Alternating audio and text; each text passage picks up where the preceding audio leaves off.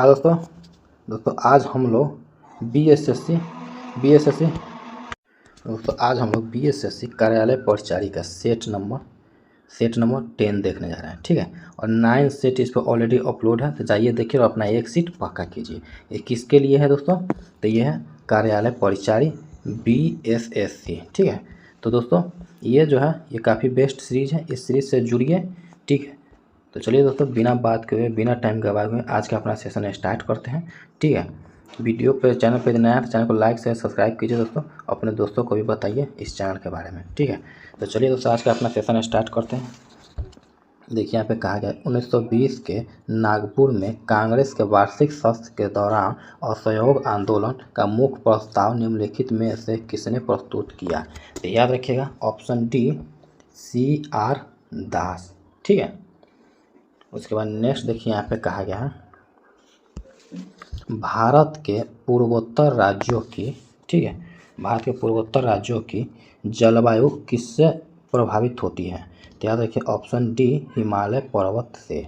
ठीक है, उसके बाद नेक्स्ट देखिए यहाँ पे कहा गया है नेक्स्ट में भारत किस राज्य की तट रेखा सबसे लंबी है? तो याद रखिए ऑप्शन डी गुजरात। ठीक है, उसके बाद नेक्स्ट देखिए यहाँ पे कहा गया है बक्सा टाइगर अभयारण्य निम्नलिखित में से किस राज्य में स्थित है? तो याद रखिएगा ऑप्शन ए पश्चिम बंगाल। ठीक है, उसके बाद नेक्स्ट देखिए यहाँ पे कहा गया है नेक्स्ट में, ठीक है, नेक्स्ट देखिए यहाँ पे कहा गया है नेक्स्ट देखिए यहाँ पे कहा गया है कि भारत में सर्वाधिक चीनी मिलें डैश और डैश में स्थित है? तो याद रखिएगा ऑप्शन सी महाराष्ट्र और उत्तर प्रदेश। ठीक है, उसके बाद देखिए यहाँ पे कहा गया है निम्नलिखित में से कौन सी संस्था संसदीय लोकतंत्र की संस्था है? तो याद रखिए ऑप्शन देखिए यहाँ पे विधानसभा, लोकसभा, चुनाव आयोग, ऑप्शन डी इनमें से सभी। ठीक है, उसके बाद देखिए यहाँ पे कहा गया है निम्नलिखित में से किस देश में 2 दलीय प्रणाली है? तो याद रखिए ऑप्शन बी USA। ठीक है, उसके बाद नेक्स्ट देखिए यहाँ पे कहा गया है झारखंड में कोडरमा निम्नलिखित खनिजों में से किस एक का प्रमुख उत्पादक है? तो याद रखिए ऑप्शन बी अभ्रक। ठीक है, उसके बाद नेक्स्ट देखिए यहाँ पे कहा गया है मानचित्र में नीले रंग द्वारा किस भाग को दिखाया जाता है? तो याद रखिए ऑप्शन सी जल। ठीक है, उसके बाद नेक्स्ट देखिए यहाँ पे कहा गया है, ठीक है, भारत में महिलाओं के लिए आरक्षण की व्यवस्था कहाँ है? तो याद रखिए ऑप्शन सी पंचायती राज संस्थाओं में। ठीक है, उसके बाद भारतीय मुस्लिम लीग की स्थापना किस वर्ष हुई थी? तो याद रखिएगा ऑप्शन सी 1906 ईस्वी में। ठीक है, उसके बाद नेक्स्ट देखिए यहाँ पे कहा गया है गांधी जी की दांडी यात्रा का प्रारंभ किस तारीख और वर्ष है? तो याद रखिए ऑप्शन बी 12 मार्च 1930। ठीक है, उसके बाद नेक्स्ट देखिए यहाँ पे कहा गया है नेक्स्ट में 1916 का लखनऊ समझौता किसके बीच हुआ था? तो याद रखिए ऑप्शन बी अखिल भारतीय कांग्रेस और मुस्लिम लीग के बीच। ठीक है, उसके बाद नेक्स्ट देखिए यहाँ पे कहा गया है स्वदेशी आंदोलन कब प्रारंभ हुआ था? तो याद रखिए ऑप्शन सी बंगाल विभाजन के विरुद्ध छेड़े गए आंदोलन के समय। ठीक है, उसके बाद नेक्स्ट देखिए यहाँ पे कहा गया है महान शहीद भगत सिंह, सुखदेव और राजगुरु को जब फांसी दी गई उस समय भारत का वायसराय कौन था? तो याद रखिएगा ऑप्शन बी लॉर्ड इरविन। ठीक है, उसके बाद नेक्स्ट देखिए यहाँ पे कहा गया है आगरा के किले में मोती मस्जिद का निर्माण निम्नलिखित में से किस मुगल सम्राट ने करवाया था? तो याद रखिए ऑप्शन ए शाहजहां। ठीक है, उसके बाद नेक्स्ट देखिए यहाँ पे कहा गया है, ठीक है, नेक्स्ट देखिए यहाँ पे कहा भारत के किस स्मारकीय स्थल में मगन निवास, हृदय कुंज और विनोबा मीरा कुटीर है? तो याद रखिए ऑप्शन सी साबरमती आश्रम। ठीक है, उसके बाद नेक्स्ट देखिए यहाँ पे कहा गया है नेक्स्ट में भारतीय संविधान की निम्नलिखित में से कौन सी विशेषता संयुक्त राज्य अमेरिका के संविधान से ली गई है? तो याद रखिए ऑप्शन सी उच्चतम न्यायालय के न्यायाधीश को हटाने की प्रक्रिया। ठीक है, उसके बाद नेक्स्ट देखिए यहाँ पे कहा गया है, ठीक है, भारत में निम्नलिखित में से किस स्थान पर सबसे अधिक वर्षा होती है? तो याद रखिए ऑप्शन बी मानसीन, ठीक है। उसके बाद नेक्स्ट देखिए यहाँ पे कहा गया वर्ष 1946 में भारत को सत्ता हस्तांतरण के लिए एक त्रिस्तरीय परिषद का प्रस्ताव डैश द्वारा किया गया था। तो याद रखिए ऑप्शन बी कैबिनेट मिशन, ठीक है। उसके बाद नेक्स्ट देखिए यहाँ पे कहा गया नेक्स्ट देखिए यहाँ पे जीडीपी एक विशेष वर्ष के दौरान उत्पादित डैश का कुल मूल्य है। तो याद रखिए ऑप्शन बी सभी अंतिम सामान और सेवाओं, ठीक है। उसके बाद नेक्स्ट देखिए यहाँ पे कहा गया है नेक्स्ट में भारत में प्रथम पंचवर्षीय योजना का आधार था। तो याद रखिए option A Herald Domar model, ठीक है। उसके बाद नेक्स्ट देखिए यहाँ पे भारत में आयकर दिवस कब मनाया जाता है? तो याद रखिए ऑप्शन बी 24 जुलाई, ठीक है। उसके बाद नेक्स्ट देखिए यहाँ पे कहा गया है नेक्स्ट में 24 जुलाई 2025 को कारगिल सौर वाटिका की स्थापना किस राज्य की विधानसभा के परिसर में किया गया? तो याद रखिए ऑप्शन सी राजस्थान, ठीक है।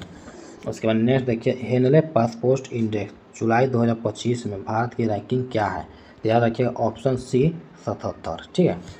उसके बाद नेक्स्ट देखिए यहाँ पे कहा गया 22 जुलाई 2025 को किस देश ने यूनेस्को से बाहर निकलने की घोषणा की है? तो याद रखिएगा ऑप्शन बी अमेरिका, ठीक है। उसके बाद नेक्स्ट देखिए यहाँ पे भारत के सबसे बड़े हरित हाइड्रोजन संयंत्र का अनावरण किस शहर में किया जाएगा? तो याद रखिए ऑप्शन सी पानीपत, ठीक है। उसके बाद नेक्स्ट देखिए यहाँ पे कहा गया है स्वच्छता सर्वेक्षण 2024 से 25 में बिहार राज्य का सबसे स्वच्छ शहर कौन सा है? तो याद रखिए ऑप्शन बी पटना, ठीक है। उसके बाद नेक्स्ट देखिए यहाँ पे कहा गया है नेक्स्ट में राष्ट्रीय वित्तीय रिपोर्टिंग प्राधिकरण NFRA का अध्यक्ष किसे नियुक्त किया गया है? तो याद ऑप्शन डी नितिन गुप्ता, ठीक है। उसके बाद नेक्स्ट देखिए यहाँ पे कहा गया है देखिए यहाँ पे इनमें से किस राजनीतिक पार्टी को चुनाव आयोग ने स्कूल बैग चुनाव चिन्ह आवंटित किया है? तो याद रखिए ऑप्शन ए जन स्वराज पार्टी, ठीक है। उसके बाद नेक्स्ट देखिए यहाँ पे कहा गया है एक समतल दर्पण की आवर्धन क्षमता मैग्नीफिकेशन कितनी होती है? तो याद रखिए ऑप्शन बी +1, ठीक है। उसके बाद नेक्स्ट देखिए यहाँ पे कहा गया है विद्युत मोटर किस ऊर्जा में रूपांतरित करती है? तो याद रखिए ऑप्शन ए विद्युत ऊर्जा को यांत्रिक ऊर्जा में, ठीक है। उसके बाद नेक्स्ट देखिए यहाँ पे कहा गया है नेक्स्ट में देखिए यहाँ पे जब जिंक धातु को कॉपर सल्फेट CuSO4 के विलय में डाला जाता है तो विलयन का रंग नीले से बदलकर रंगहीन हो जाता है। तो याद रखिएगा ऑप्शन डी विस्थापन अभिक्रिया के कारण जिसमें जिंक कॉपर को विस्थापित कर देता है, ठीक है। उसके बाद नेक्स्ट देखिए यहाँ पे कहा गया है एक तत्व का इलेक्ट्रॉनिक विन्यास 287 है। यह तत्व आवर्त सारणी के किस समूह से संबंधित है? तो याद रखिए ऑप्शन सी समूह 17, ठीक है। उसके बाद नेक्स्ट देखिए यहाँ पे कहा गया है सहसंयोजी आबंध कोवैलेंट बॉन्ड कैसे बनता है? तो याद रखिए ऑप्शन बी इलेक्ट्रॉनों की साझेदारी से, ठीक है। उसके बाद नेक्स्ट देखिए यहाँ पे कहा गया है वायवीय शोषण एरोबिक रेस्पिरेशन के दौरान ग्लूकोज का पूर्ण ऑक्सीकरण कोशिका किस अंगक में होता है? तो याद रखिए ऑप्शन डी माइटोकॉन्ड्रिया, ठीक है। उसके बाद नेक्स्ट देखिए यहाँ पे कहा गया है गर्भधारण को रोकने के लिए महिलाओं में उपयोग की जाने वाली शल्य विधि कौन सी है? तो याद रखिए ऑप्शन बी ट्यूबेक्टोमी, ठीक है। उसके बाद नेक्स्ट देखिए यहाँ पे कहा गया है निम्नलिखित में से कौन सा अवशेषी अंग वेस्टिजियल ऑर्गन का उदाहरण है? तो याद रखिए ऑप्शन डी मानव की कृमि रूप परिशेषिका अपेंडिक्स, ठीक है। उसका नेक्स्ट देखिए यहाँ पे कहा गया है क्योटो प्रोटोकॉल का संबंध किससे है? तो याद रखिएगा option B greenhouse gas उत्सर्जन में कमी, ठीक है। उसके बाद नेक्स्ट देखिए यहाँ पे कहा गया एक आर प्रतिरोध वाले तार को 5 बराबर भागों में काटा जाता है। इन भागों को फिर समांतर क्रम में जोड़ा जाता है। इस संयोजन का तुल्य प्रतिरोध क्या होगा? याद रखिए ऑप्शन है R/25। ठीक है, उसके बाद नेक्स्ट देखिए यहाँ पे कहा गया है जातिवाचक संज्ञा वाला शब्द कौन सा है? तो याद रखिए ऑप्शन सी मानव। ठीक है, उसके बाद नेक्स्ट देखिए यहाँ पे कहा गया कौन सा शब्द स्त्रीलिंग है? तो याद रखिए ऑप्शन बी सूचना। ठीक है, उसके बाद नेक्स्ट देखिए अक्ल के घोड़े दौड़ाना मुहावरे का अर्थ क्या है? तो याद रखिए ऑप्शन डी केवल कल्पनाएं करते रहना। ठीक है, उसके बाद नेक्स्ट देखिए यहाँ पे कहा गया त्रिपुरारी का सही संधि विच्छेद कौन सा है? तो याद रखिएगा ऑप्शन ए त्रिपुर प्लस और ई। ठीक है, उसके बाद नेक्स्ट देखिए यहाँ पे कहा गया है नेक्स्ट है इनमें से कौन सा शब्द हनुमान का पर्यायवाची नहीं है? तो याद रखिएगा ऑप्शन बी आग्रह। उसका नेक्स्ट देखिए यहाँ पे कहा गया उपयुक्त शब्द में कौन सा उपसर्ग है? तो याद रखिए ऑप्शन बी अति। ठीक है, उसके बाद नेक्स्ट देखिए यहाँ पे कहा गया है कृपया मेरी थोड़ी सी मदद करो। इस वाक्य में थोड़ी सी किस प्रकार का क्रिया विशेषण है? तो याद रखिए ऑप्शन है परिणामवाचक क्रिया विशेषण। ठीक है, उसके बाद देखिए यहाँ पे कहा गया है इनमें से किस शब्द की वर्तनी शुद्ध है? तो याद रखिएगा ऑप्शन बी जोयोतस्ना।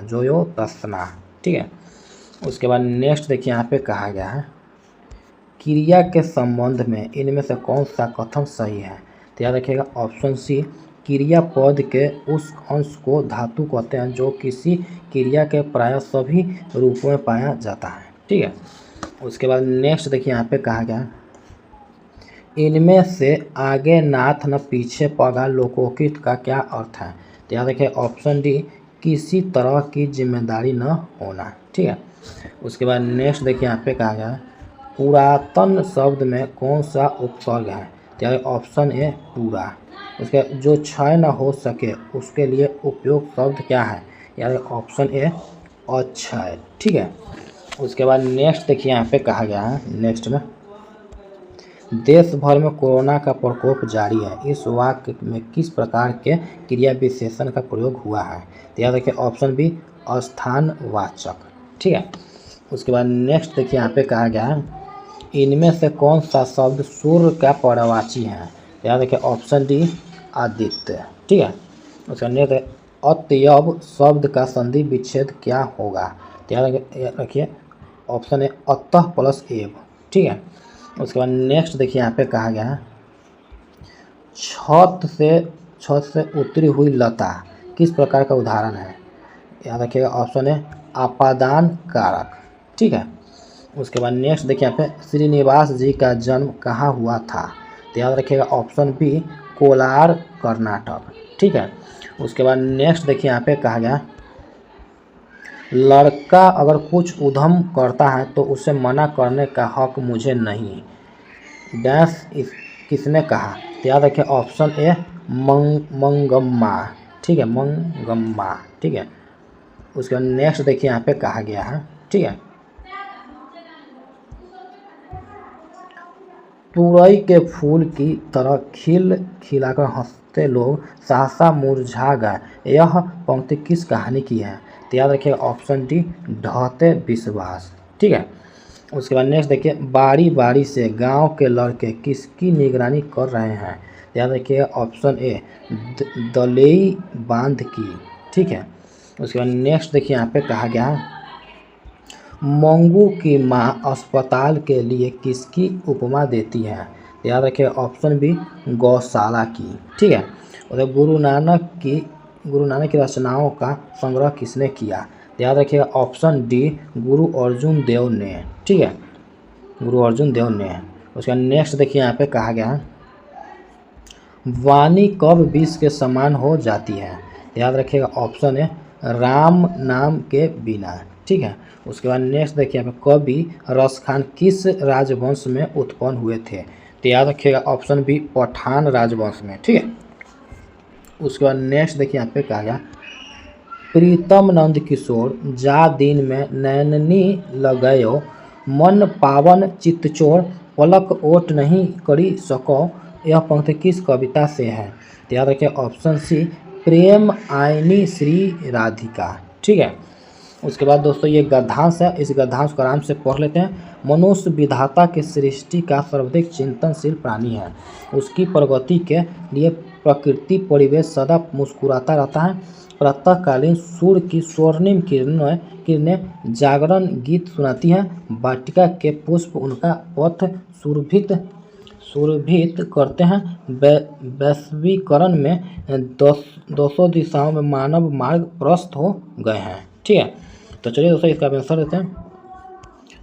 मनुष्य विधाता की सृष्टि का सर्वाधिक चिंतनशील प्राणी है में किसकी चर्चा की गई है?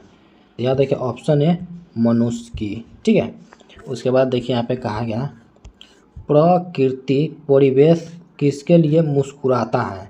तो याद रखिएगा ऑप्शन सी मनुष्य के लिए। ठीक है, उसके बाद नेक्स्ट देखिए यहाँ पे कहा गया कि जागरण गीत कौन गा रहा है? तो याद रखिएगा ऑप्शन बी किरण।